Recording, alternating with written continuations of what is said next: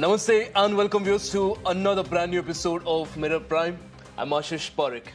India's space ambitions just soared higher. ISRO has now successfully undocked its space docking experiment Spadex, marking a major leap in our journey towards autonomous space missions.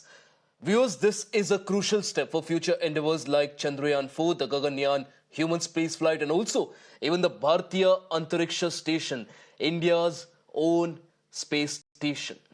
The experiment wasn't just about two satellites connecting and separating. It was a precision test of future on-orbit servicing, refueling, and building modular space structures. With this, India now becomes the fourth nation after the United States, Russia, and China to master the docking undocking technology. Union Minister Jitendra Singh hailed ISRO's achievement, calling it unbelievable. But this is just the beginning. Could this technology now pave the way for India's first space station? How does it compare with global docking missions? We break it all down right here on Mirror Now. And to help us do that, joining us right now, Jijith Nadumuri Ravi, former scientist at ISRO. He was also part of many GSLV launches and the Chandrayaan-1 study phase. Also joining us is Mahesh Murthy, the founder of Exceed Space. Jijith, let me start with you now. What exactly is the docking undocking technology? For our viewers who are watching today, unaware of what this technology is, help us understand this in very basic terms and also help us understand why is this so complicated that only three more countries in the history of space have actually managed to do so. Yes. So the docking and undocking is basically like connecting two spacecraft modules. So it is extremely essential for all the future ISRO missions, like the Bharatiya Antariksh Station, that is International Space Station for India, and Chandrayaan-4, which is a manned mission to Moon, and even Gaganyaan mission. Also, there is a possibility of doing a docking experiment just as a precursor to Chandrayaan-4. So all three missions actually depend upon the docking of the expertise and the know-how how to dock to spacecrafts in the space. So how it is, it's a very complicated is because you are actually talking about high precision positioning of the spacecrafts, and there are different docking methodologies like there is a velocity adjustment method where the inbound spacecraft's velocity is adjusted with the velocity of the other spacecraft. So velocity adjustment, then the directional adjustments are there. Like the velocity vector of the inbound spacecraft has to be properly aligned with the velocity vector of the host spacecraft or the host module. So this is a very kind of a high precision surgical kind of a processor as a process. So that is why it is extremely difficult and only few countries have achieved it. So we had in two stages. Earlier stage we have the docking, and now we have the undocking successfully completed. That means we have completed all the different stages of the docking and undocking experiment, and now we are ready for the very exciting future missions. Absolutely. Jijit, to be honest, you're making it sound very complicated. Mahesh, the problem is this newer generation today, everyone's watched Interstellar. And if you look at the docking scene there with all that music, it just sounds like something you do in space. It's like playing Lego in space. I mean, that's how simple they've made it seem. Now, in reality, Mahesh, what does this mean for India? What does this mean for the future missions? Because mastering something so complicated indigenously, it's going to be a massive advantage for India in the coming days. So let me explain it in a different way. If you remember how we went to the moon and Neil Armstrong went there, right? Earth went to the moon. So essentially, they went in a spacecraft. Now, a small part of it actually went down to the moon, and the reason for that is you can send something big down, but it takes too much power and too much fuel to bring it back up. So essentially, the big part of the spacecraft stays up there in space. A small part undocks, separates, goes down to the moon. That's what Chandrayaan 4 will do, and so on and so forth. And then it does its work, and then it comes back up and meets the major spacecraft back, and both of them come back, right? So in that case, there was an undocking followed by a docking. And typically, again, when you look at the space station, it's so huge out there, right? That Sunita Williams is stranded on, etc. You can't launch it that way, right? So what you do is you launch a part, and then you launch another part on a different spacecraft, and they meet up, and you launch another part, and they assemble them. You launch another part, and they assemble them. All of this involves docking, and essentially, which means attaching in space in a vacuum manner, an airproof manner, leak-proof manner. These various modules are there. So any part of serious space exploration, whether you want to go to the moon, or you want to, you want a Gaganyaan, your own mission, or even you want to run your own Bharati space station, right? Involves you learning how to attach and detach modules in space. So it's like, you're right, it is Lego, but unlike kids' Lego, which you can just put together that way, and they're designed so they clip together and unclip together. It's a little more complicated in space, so the mechanism involves something reaching out, grabbing, getting in, and holding it in place. Again, all to be able to do this, both as Jijith mentioned, both have to be in the same velocity. Velocity is speed and direction, so exactly the same speed, exactly the same direction. Correct. Together, and one holds the other, and then you have to separate them. The claws. There's retraction, and then you can actually separate them and fly them back, right? So essentially, what we did was we undocked and we docked. So we sent these up.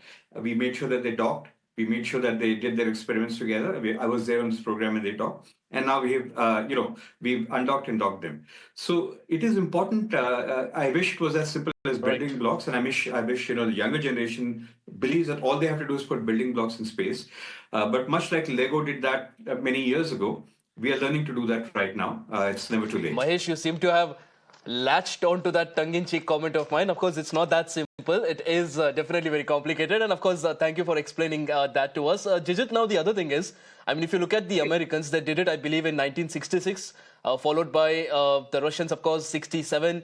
The Chinese, I believe, did it in 2011. India has done it in 2025. Now, the difference in the docking and the undocking technologies, Jijith, how different is what India is doing today? Is it more advanced, or is it a primitive compared to what the other nations have done?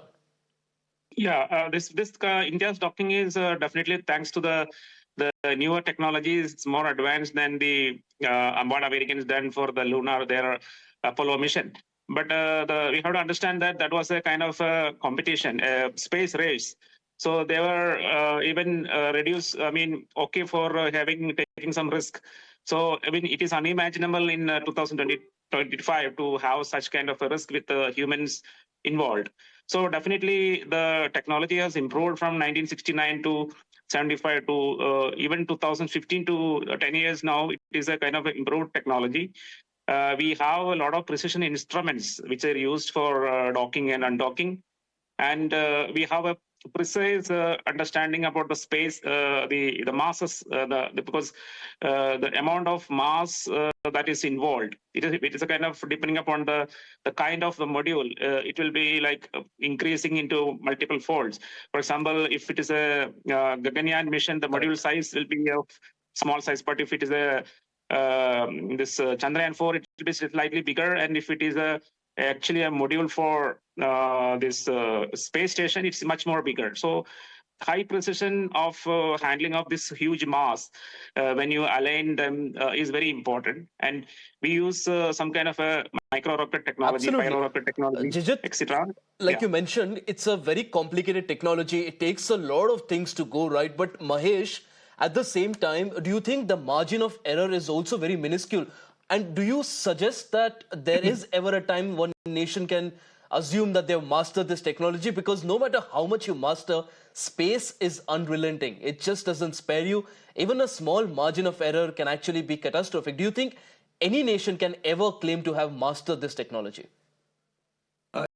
There's always errors that happen, and even in the most automated systems. To give you a quick look at it, the very first docking and undocking that happened in 1966, as you mentioned, was actually an emergency maneuver. Gemini docked, and then it spun uncontrollably, and in fact, there were Yes. astronauts inside, and they were close to death, and they had to be emergency undocked and separated to save them, right? So it was actually first used in an emergency. Now, of course, those modules were thousands of kilograms heavy. Now, so back then we didn't have GPS as it is today. Today on your phone, you know exactly where you are, and on WhatsApp you can see where's your friend coming, and I want to meet him for coffee at this, Pan Ka Dibba or whatever, right? You know exactly. We didn't have all of that back then, so I assume it was probably, relatively a much bigger feat back then. But of course, we've come closer. There's a lot of electronics that we depend on today. That was 59 years ago. We are here today, so we have a way to go. Even we docked and undocked two modules of about 200 kilograms each. They're not in thousands of kilograms range. Does it get more difficult and complex when you go from 200 kilograms to 2,000 kilograms, when you're talking about humans being in there and so on and so forth? Yes, it does. All right. But at least it's a first step. I think, we're not there yet. There's a long way to go. We've used modern technologies and we've docked two relatively small bodies, right, of 200 kilograms each, which is probably the weight of a scooter or something, right? We have to now start looking at docking things where, weighing thousands of kilograms each. And it's much more potentially dangerous. I mean, two unmanned objects dock, it's okay. Even if they touch each other, there's not a huge issue. But if you have manned objects, It's as a you've very seen interesting in the movie, dilemma. It's a very interesting paradox, isn't it, Mahesh? The fact that, I mean, companies can launch rockets and demonstrate a particular technology n number of times, yet they cannot claim to have mastered it. The classic example of SpaceX, and this brings me to our second story of the day, the fact that Starship, they continue to demonstrate it, they continue to claim that they have some sort of a mastery, continue to fail, but again, they continue to try as well. And similarly, we are looking at what's happening with the Falcon. For example, let me now introduce our viewers to our second topic of the day. Again, this has to do with space as well. Imagine viewers being sent to space for just a small mission, only to be stuck there for almost a year. That's exactly what happened to NASA astronauts Butch Wilmore and Sunita Williams. Their return has been delayed again after a SpaceX Crew 10 launch was scrubbed at the last minute. In fact, Williams and Wilmore have been waiting since June to return when Boeing Starliner spacecraft suffered multiple failures. But this also, viewers, raises a big question. How long can humans survive in space? Past astronauts have spent over a year in orbit. They have spent longer time, longer durations, but studies show that prolonged exposure to microgravity causes severe muscle loss, weaker bones, vision problems, and even fluid shifts in the brain. Now, NASA basically says that they'll be home by March 19, but again, is their health at risk? And with the Artemis moon mission also on the horizon, is spaceflight becoming more dangerous? In this part of the debate, we'll be decoding the risk and the realities of long-term space travel.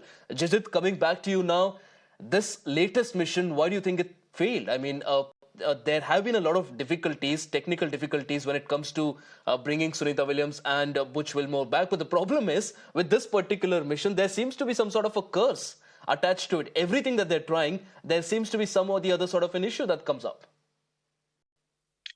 Yeah, so this is thankfully this is not a docking related problem that we are facing.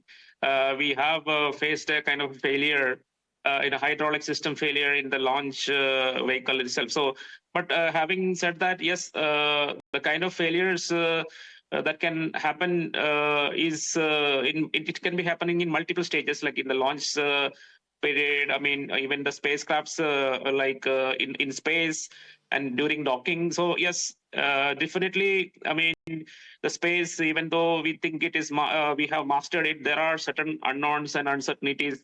We have seen it in Chandrayaan-2 launch. So there are such risks, and every astronaut who is in space, they have some amount of understanding and anticipation of this kind of thing. But here, this is a very strange, as you mentioned, if you put it in something like a unfortunate, I don't use the word curse, but it's a kind of unfortunate situation, because they were going for 8 days, and that was the expectation, and now it's more than 8 months, and it is very close to a year. And definitely, as you mentioned, the kind of health problems that will pile up, the bone density and the muscle weakness, and even psychological impacts that is also noticed in a very rare manner. But of course, when the astronauts are paired, and there are a lot of different mechanisms for physical exercise, this is mitigated a little bit, and that is how they have maintained their health. But again, having said that, there are certain studies which shows that already they are affected by the bone density reduction as well as the muscle weakness. So that's already have been Interesting. affected. It's a Yes. fascinating subject. Mahesh Murthy, I mean, we've seen videos in the past where astronauts who've spent a long time in space, they come back on Earth and they struggle to stand upright for a time. I mean, what are the sort of changes that the body undergoes when a person stays in space? Because the problem is, yes, there have been people who stayed longer than Sunita Williams and Wilmore in the past as well, but the difference is that they were mentally prepared to stay for that long. Here, the problem is these people went for a short mission and it's been almost a year now that they're stuck there. So, mentally as well, what sort of an effect do you think it has, the fact that someone's been so isolated for so long up there with an uncertain future? They don't even know, even now, when they're going to come back. So I think, I mean, the first thing to say is much like, at the foundational level, we must understand that if we ever have to become multiplanetary as a species or even, live on a different body, it's going to take time. For any human to even get to Mars, it's going to take 2 years, right? So in flight. So imagine you go up there now in 2027, you reach there, and it's going to take you another 2 years to come back. So these are very long times, right? So every single thing that we do is a matter of getting people to stay longer and longer and to understand how the human body will cope. Now, there's various studies saying let's put people to sleep in space and wake them up post hibernation, etc.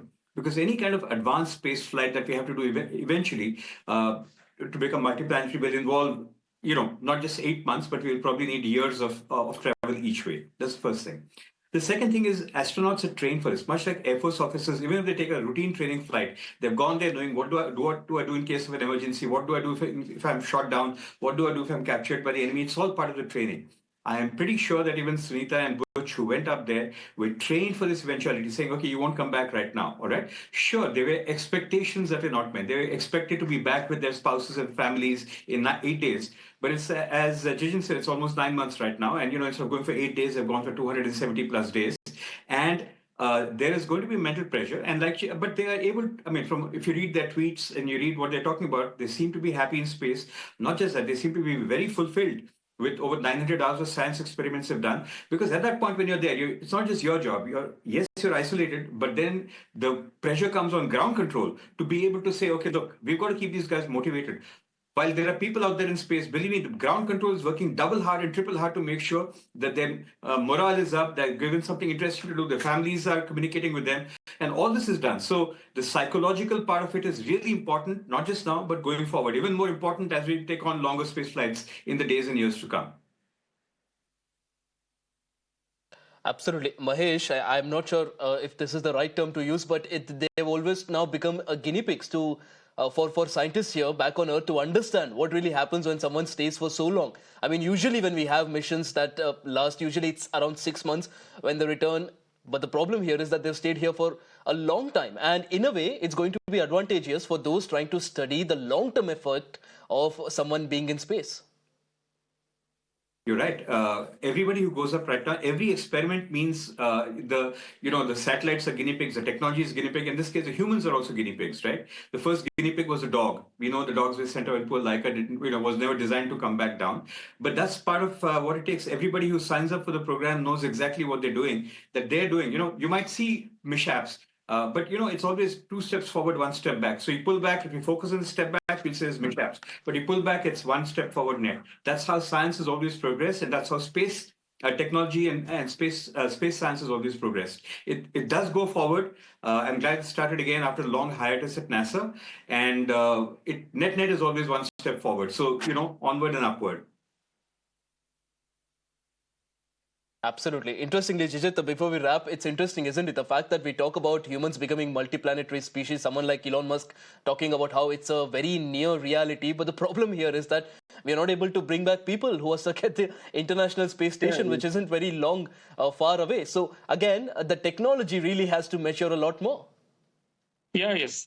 So when you say the multi-planet, so the kind of timeline science is very close, because Elon is talking about a mission to an unmanned mission to Mars in 2026. That is next year, and before 2030, he want to start the mission manned mission to Mars. But So Jijith, with all due respect, sorry to interrupt you. With all due respect, Elon Musk is known for his highly optimistic and unrealistic deadlines and timelines. And the truth of the matter is, rarely does he meet any of his own timelines. So I think 2026 we can take it with a pinch of salt.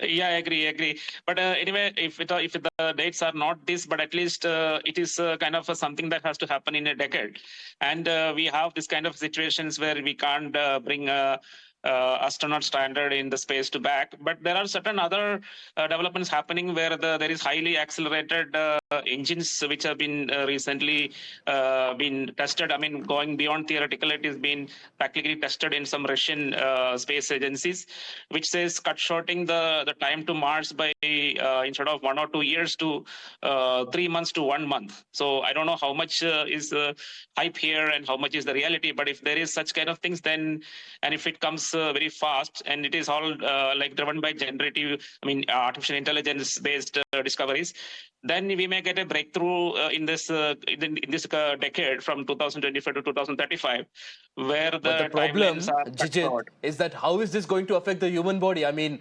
Mahesh, before we wrap, I've got a couple of minutes on the broadcast now. Jijith here is talking about a technology they seem to be working on that will cut short the travel to Mars from 2 years to 3 or even 1 month. I mean, I'm sure it's going to have some of the other sort of an effect on the human body. It's definitely not something normal. So, again, is there enough study about all that? Not yet, Yeah. but much like at one point you could not imagine whether human beings would survive in an aircraft going faster than the speed of sound. Then Chuck Yeager crossed the speed of sound, and they did a bunch of tests, and then they figured it's okay, you survive. And then we had commercial jetliners like the Concorde going faster than sound. Again, we had a stopover for about 20, 30 years, and now we have the Boom X1, which is again a commercial jetliner that has started to go faster than the speed of sound. I'm sure that this technology will also be adequately tested. It will not be allowed to go up there without testing, and we will figure out a way. We always figure out a way. Once upon a time, it was unimaginable to go faster than you run. And today, it's no problem. I mean, the satellites that are docking up there that you saw in space are traveling at 28,800 kilometers per hour.